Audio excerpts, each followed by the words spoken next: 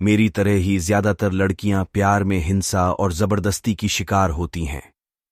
विरोध करने की जगह चुप्पी साध लेती हैं। बॉयफ्रेंड की जबरदस्ती को नियति मान बैठती है। रिलेशनशिप के शुरुआती 2 साल मैंने भी वह सब कुछ झेला, सहन किया जो ज्यादातर लड़कियां करती हैं। दरअसल मैं उसे खुद से भी ज्यादा प्यार करती थी और यही वजह थी कि उसकी हिंसक प्रवृत्ति भी मेरी आंखें नहीं खोल पा रही थी।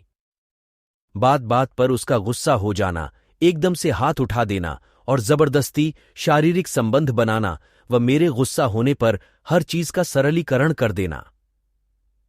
मैं यह सब झेल रही थी क्योंकि मुझे लगता था धीरे धीरे वह सुधर जाएगा और शादी के बाद सब कुछ ठीक हो जाएगा।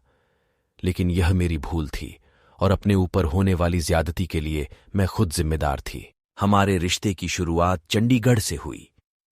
पढ़ाई के दौरान वो मुझे मिला क्या, दरअसल वो मेरा सीनियर था और 1 साल के भीतर ही हम रिलेशनशिप में आ गए।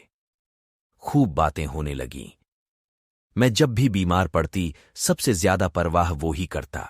मुझे डॉक्टर के पास ले जाने से लेकर दवाई लाने और छोटी छोटी बातों पर हालचाल जानने तक ऐसा लगता कि दुनिया में मेरे सिवाय उसके लिए कोई दूसरी चीज मायने ही नहीं रखती है। मैं अपनी सहेली के साथ हॉस्टल में रह रही थी और वो दोनों एक ही जगह के थे। पता नहीं कब मेरी सहेली उसकी बहन बन गई और हंसते हुए उसने हर बात पर उसकी इतनी तारीफ की कि मेरी आंखों पर पट्टी बंध गई। रूम में जब भी कोई बात होती, बिना राकेश, काल्पनिक नाम के बात की शुरुआत ही नहीं होती थी। हर बात के केंद्र में वो ही रहता। उससे ही बातें शुरू होती और उस पर ही खत्म होती। पता ही नहीं चला कि मेरे मन के भीतर वह एक नायक की भूमिका में कब बस गया। बाकी लड़कों से एकदम अलग लगने लगा। मैं अपनी हर छोटी छोटी बातें शेयर करने लगी। एक दिन भी बात नहीं होती तो मेरे भीतर निराशा का भाव जागने लगता। अंदर से न जाने कैसी बिजली कौंध उठती कि मैं आतुर हो उठती बात करने और मिलने के लिए। इस तरह मैं उसके साथ घंटों बिताने लगी। पता ही नहीं चला कब कॉलेज में उसका आखिरी साल आ गया।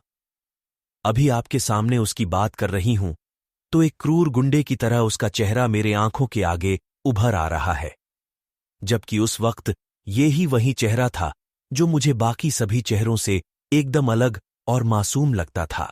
खैर, यादें काफी लंबी हैं। साल 2013 था। हम रांझना फिल्म देखकर लौट रहे थे।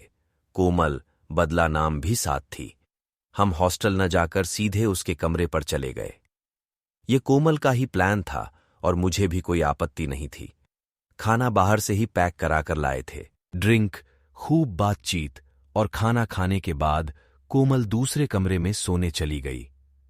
अब मैं और वो ही साथ थे। मैं उसकी बाहों में न जाने कितने सपने देखने लगी। वो कुछ और ही चाहता था और मैं तैयार नहीं थी। मैंने ऐसा कुछ सोचा भी नहीं था। इसलिए जब उसकी छेड़खानी बढ़ने लगी तो मैं एकदम से गुस्सा हो गई और कोमल के साथ दूसरे रूम में जाने लगी। उसको यह बात इतनी नागवार गुजरी कि वो झटके से बौखला गया। उसने मेरे पूरे शरीर को झकझोरते हुए मुझे वापस खींच लिया और जोरों से एक चाटा जड़ दिया। आंखों से बस आंसू ही बहते रहे। कुछ समझ में नहीं आया। दिमाग सन्न रह गया था। बिस्तर पर वो मेरे शरीर को नोच रहा था और मैं बेजान और बेसुध पड़ी थी। एक मन होता जोर से चिल्लाऊं, खूब रोऊं और कोई भारी चीज उसके सिर में मारकर कोमल के पास चली जाऊं। मैं अंदर से टूट गई थी और उसे बस अपनी भूख मिटानी थी। यकीन ही नहीं हुआ। मेरे आंसू, बेसुध पड़ा शरीर और सिसकियां, उसे किसी चीज से मतलब नहीं था। भूल जाऊं। उस रात 3 बजे तक मैं रोती रही और उसने एक बार भी मुझे नहीं मनाया। भी देखना नहीं चाहती थी। उल्टा वो बिस्तर पर सो रहा था।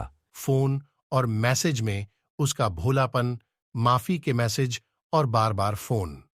पता नहीं क्या हुआ, मैं उससे अपने रिलेशनशिप को खत्म नहीं कर पाई। कई बार ऐसा ही हुआ। वैसे वह सामान्य रहता, लेकिन जब उसका मन शारीरिक संबंध बनाने का होता, वह खूंखार में तब्दील हो जाता। हाथ उठाने से भी गुरेज नहीं करता, गालियां देने लगता। ऐसा ही चलता रहा और वो दिन भी आ गया जब कॉलेज में उसकी विदाई की पार्टी थी। उस दिन भी उन्हें वैसा ही किया जैसे रांझना फिल्म देखने के बाद। मैं पूरी घटना बताना नहीं चाहती। इसके बाद मैंने उससे दूरी बना ली। वो कई कई फोन करता, मैं कम का ही जवाब देती। मुझे उससे नफरत हो गई थी। कॉलेज खत्म हुआ, मैं दिल्ली आ गई और यहां एक प्राइवेट कंपनी में काम करने लगी। फिर मेरी उससे कोमल की शादी में मुलाकात हुई। शादी मुंबई में थी और वह भी आया था। उसके और मेरे बीच दूरी थी, लेकिन वह ऐसा दिखा रहा था जैसे उसकी कोई गलती ना हो, बेहद भोला हो। मैं उसकी शक्ल भी देखना नहीं चाहती थी, लेकिन दोस्तों के बीच बेमन से उसकी बातों का जवाब दे रही थी। अचानक फेरों के वक्त वह मेरे करीब आ गया और उसने मेरा हाथ पकड़ लिया। उसका स्पर्श होते ही मैं अंदर तक हिल गई। पूरा शरीर मानो पसीना पसीना होने लगा। मैंने उसके हाथ को झटका और वहां से दूर हो गई। वह मुस्कुराता रहा था। उसकी शक्ल अभी भी भोली लग रही थी, लेकिन अंदर से वो किसी जानवर से कम नहीं था